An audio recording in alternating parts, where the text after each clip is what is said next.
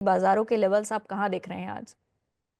देखिए मोनी जी, बिल्कुल आपने कहा, मार्केट में इस समय जो मंदी है उसका दौर बहुत ज़बरदस्त दिखाई दे रहा है। और दूसरी तरफ अगर आज इंट्राडे के लेवल्स के हिसाब से देखें तो ठीक है, 23,500 पे मार्केट रुकता हुआ नज़र आएगा। लेकिन अगर लॉन्ग टर्म ट्रेंड जो आपने बोला उसको देखते हैं तो 22,700 की तैयारी करनी चाहिए। होता क्या है हमारे साथ, हम लोग ये जो इस समय मार्केट को देख रहे हैं, इसमें मोनी जी आपने देखा होगा, जैसे ही 2 फूल खिलते हैं, 2 बूंद बारिश होती है तो लोग कहते हैं बाढ़ आ गई। कुछ वैसा ही हिसाब जो है वो मार्केट पे चल रहा है। जैसे ही 100 पॉइंट निफ्टी बढ़ती है, सब खुश होकर bye bye bye bye bye, और दूसरे दिन निफ्टी उनसे कह रही होती है okay tata bye bye bye bye. तो कुछ ऐसे ही हालात आप देख रहे हो। फिलहाल निफ्टी का ट्रेंड डाउन है, किसी भी उछाल पे एग्जिट होने की राय है।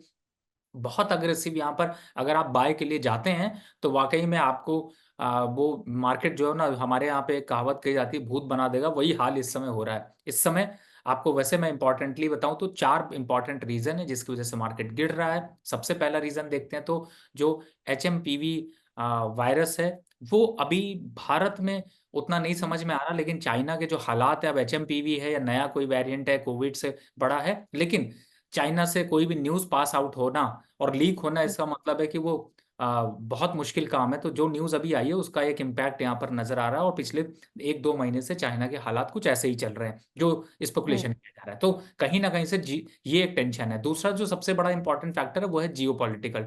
इस बार आपने मोनी जी देखा होगा, अभी भी सेंटिमेंट यहाँ पर कोई पॉजिटिव नहीं हुए, बल्कि धीरे धीरे हालात और खराब होते जा रहे हैं। तो जियो पॉलिटिकल जब तक रहेगा तब तक इक्विटी मार्केट में कोई चमक नहीं आएगी। तीसरे इंपॉर्टेंट रीजन की बात करें तो जिस तरीके से FIIs डरे हैं, बाहर निकले हैं, वापस एंट्री कर नहीं रहे हैं, करने में छोटा करते हैं, बड़ा लेके भाग जाते हैं, तो ऐसी टाइप की जो एंट्री होती वो मार्केट के कॉन्फिडेंस को कहीं ना कहीं से डाउन साइड के लिए और गिराती है। तीसरे इंपॉर्टेंट फैक्टर जो आपने बोला, चौथे इंपॉर्टेंट फैक्टर को देखें तो देखिए, अभी ट्रम्प साहब नए नए अभी वहां पर बने हैं।